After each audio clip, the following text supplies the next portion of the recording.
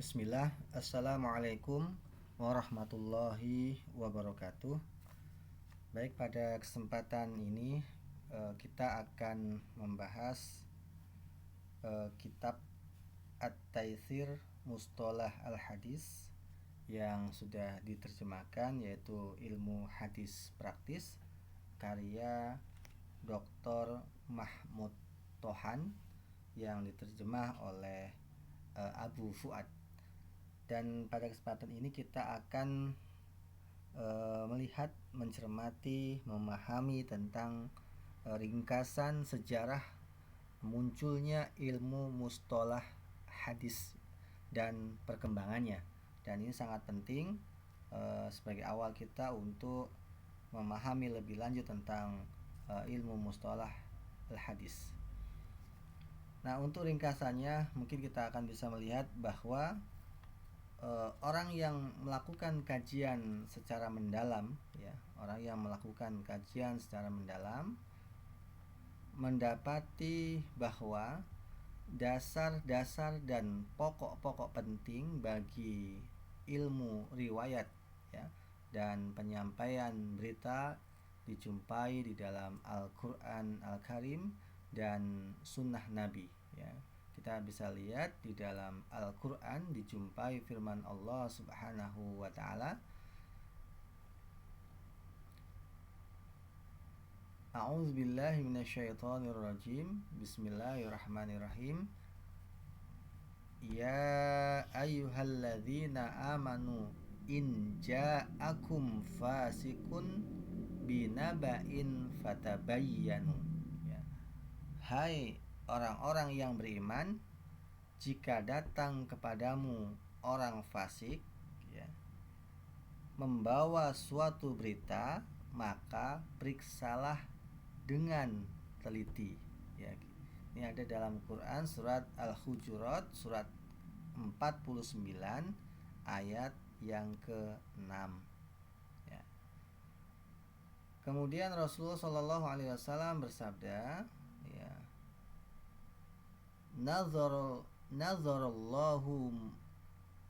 Nazarallahu imri'an sami'a minna syai'an faballaghahu kama sami'ahu farubba muballighin aw amin sami'in. Allah mencerahkan wajah, ya. Allah mencerahkan wajah seseorang yang mendengar dari kami suatu berita, ya, lalu ia menyampaikan berita itu sebagaimana yang ia dengarkan, dan mungkin saja orang yang menerima berita itu lebih paham dari orang yang mendengarnya. Hadis riwayat Tirmizi, dan dalam kitab ilmu hadis ini adalah hadis hasan sahih. Dalam riwayat lain dikatakan, farubba hamili fikhin ila man huwa afqahu minhu wa rubba hamili fikhin laisa bi faqihi. Dan mungkin saja orang yang membawa berita itu lebih faqih dari orang yang menerima berita, dan mungkin pula orang yang membawa berita itu tidak lebih faqih dari orang yang menerima berita. Hadis riwayat Tirmizi dalam sumber yang sama, namun dikatakan hadisnya hasan, diriwayatkan pula oleh Abu Dawud, Ibnu Majah, dan Ahmad. Nah, pada ayat dan hadis yang tersebut di atas itu terdapat prinsip yang tegas dalam mengambil suatu berita dan tata cara penerimaannya, ya, dengan cara menyeleksi, mencermati, dan mendalaminya sebelum menyampaikan kepada yang lain. Nah, jadi kita harus mampu untuk teliti, selektif, dan betul-betul mendalami berita ya ketika kita akan menyampaikan kepada orang lain. Nah, dalam upaya untuk melaksanakan perintah Allah dan Rasulullah Shallallahu Alaihi Wasallam, para sahabat radhiyallahu anhu telah menetapkan hal-hal yang menyangkut penyampaian suatu berita dan penerimaannya. Ya, terutama jika mereka meragukan kejujuran si pembawa berita. Ya. Berdasarkan hal itu, tampak ya ada nilai dan pembahasan mengenai isnad ya, dalam menerima atau menolak suatu berita. Di dalam pendahuluan kitab Sahih Muslim dituturkan dari Ibnu Sirin, dikatakan pada awalnya mereka tidak pernah menanyakan tentang isnad. Ya, dikatakan pada awalnya mereka tidak pernah menanyakan tentang isnad. Namun setelah terjadi peristiwa fitnah, maka mereka berkata, sebutkanlah kepada kami orang-orang yang meriwayatkan hadis kepadamu.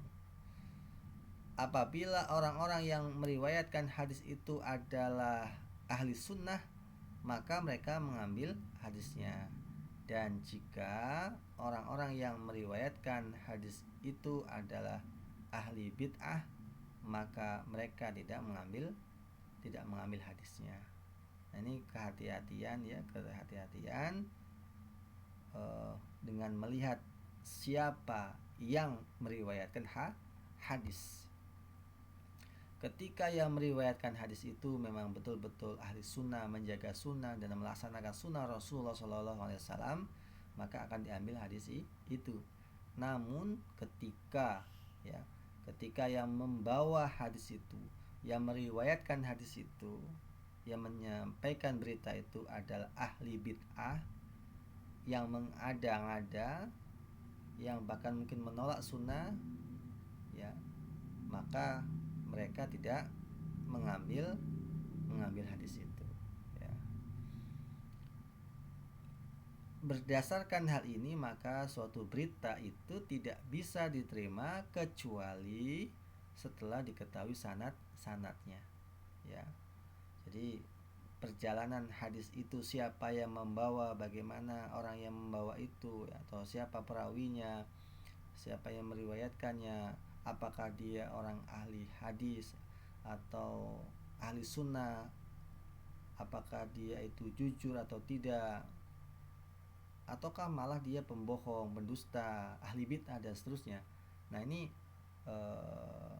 suatu berita tidak bisa diterima kecuali setelah diketahui sanadnya. Dan setelah diketahui sanadnya, jalan dari mana, siapa yang meriwayatkan hadis itu, nah, maka kemudian diterimalah hadis itu. Diterima atau ditolak. Ketika hadis itu yang membawa adalah ahli bid'ah, tentunya akan ditolak. Apalagi pendusta, ya, banyak maksiat, ya. Tetapi ketika hadis itu yang membawa adalah orang yang jujur, kuat ingatannya, kemudian juga sikoh dalam melaksanakan perintah Allah, menjalankan sunnah Rasul, maka akan diambil hadis itu, ya. Nah, karena itu muncullah yang namanya ilmu jarh wa ta'dil, ya. Apa itu ilmu jarh wa ta'dil? Ilmu jarh wa ta'dil itu ilmu yang untuk ilmu mengenai ucapan para perawi. Ya, cara untuk mengetahui bersambung muttasil itu bersambung atau terputus, munqati sanad. Jadi jarh wa ta'dil itu ya untuk bisa mengetahui apakah ya sanadnya itu bersambung sampai kepada Rasulullah atau tidak, ya. Ketika bersambung kepada Rasulullah, sampai kepada Rasulullah, itu artinya muttasil. Tetapi ketika ternyata terputus, tidak sampai kepada Rasulullah, atau terputus dari perawi satu ke perawi yang lain, ya, berbeda generasi, maka itu namanya munqati'-nya sanad. Jadi juga dengan cara wa ta'dil itu untuk mengetahui cacat-cacat yang tersembunyi, ya. Muncul pula ucapan-ucapan sebagian perawi meskipun sangat sedikit, karena masih sedikitnya para perawi yang tercela pada masa-masa awal. Nah, ketika pada masa-masa awal memang ya itu kesikohannya tentunya lebih banyak, ya. Apalagi perawi-perawi yang hidup pada masa Rasulullah Shallallahu Alaihi Wasallam. Nah, kemudian para ulama dalam bidang ini semakin banyak, ya, sehingga muncul berbagai pembahasan di dalam banyak cabang ilmu yang terkait dengan hadis, ya, baik dari aspek kedobitannya, tata cara menerima dan menyampaikannya, pengetahuan tentang hadis-hadis yang nashih, ya, menghapus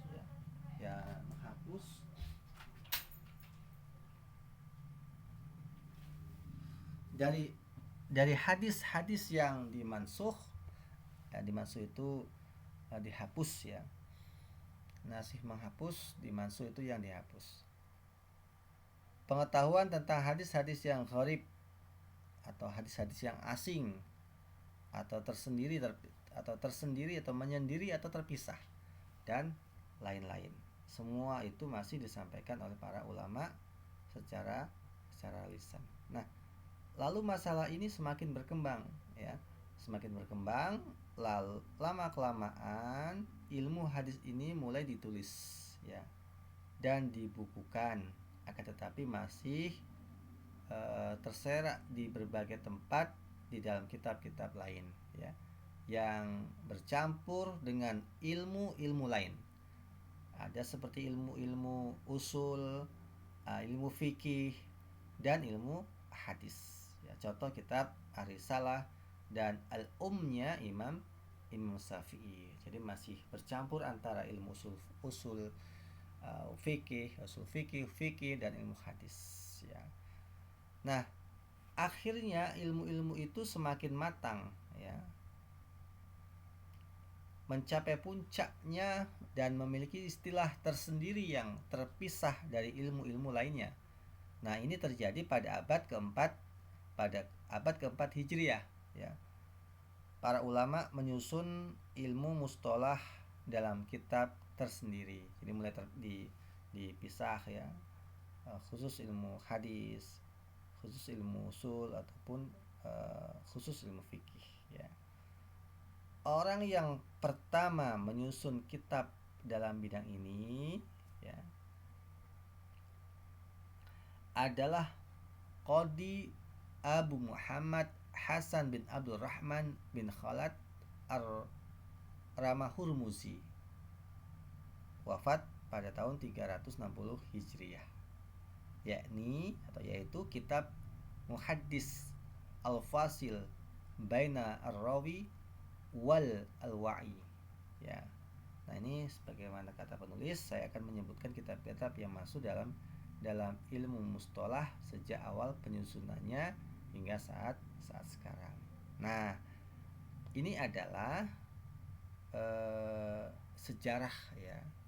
Sejarah seperti yang disebutkan di awal tadi.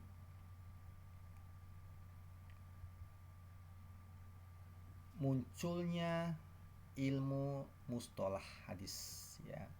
Sehingga dengan ilmu mustalah hadis ini nanti diharapkan akan lebih memahami, lebih paham, lebih khusus pembahasannya tentang ilmu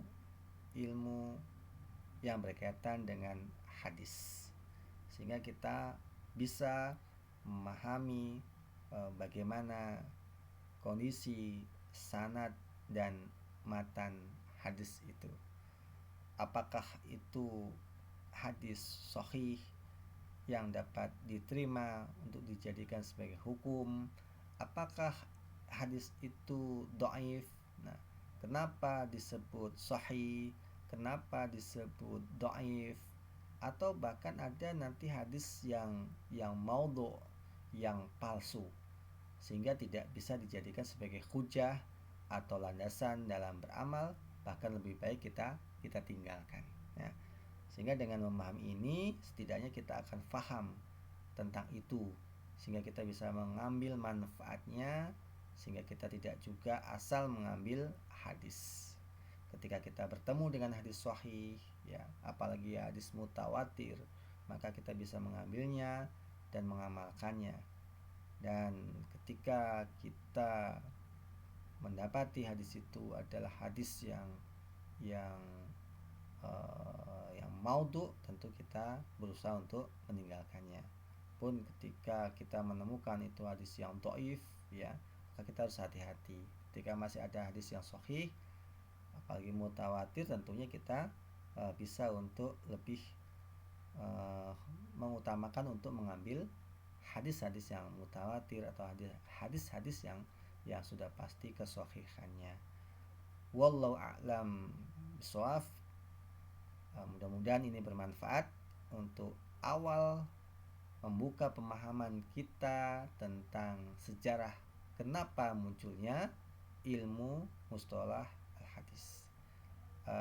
Terima kasih, dan tentunya untuk mendalaminya kita bisa membaca lebih lengkap dalam kitab At-Taisir Mustalah Al-Hadis seperti yang disebutkan tadi, yang ditulis oleh Dr. Mahmud Toha ya, Dr. Mahmud Tohan, atau yang sudah diterjemahkan oleh Abu Fuad, itu ilmu hadis praktis. Semoga bermanfaat. Billahi fisabilil haq fastabiqul khairat. Wassalamualaikum warahmatullahi wabarakatuh.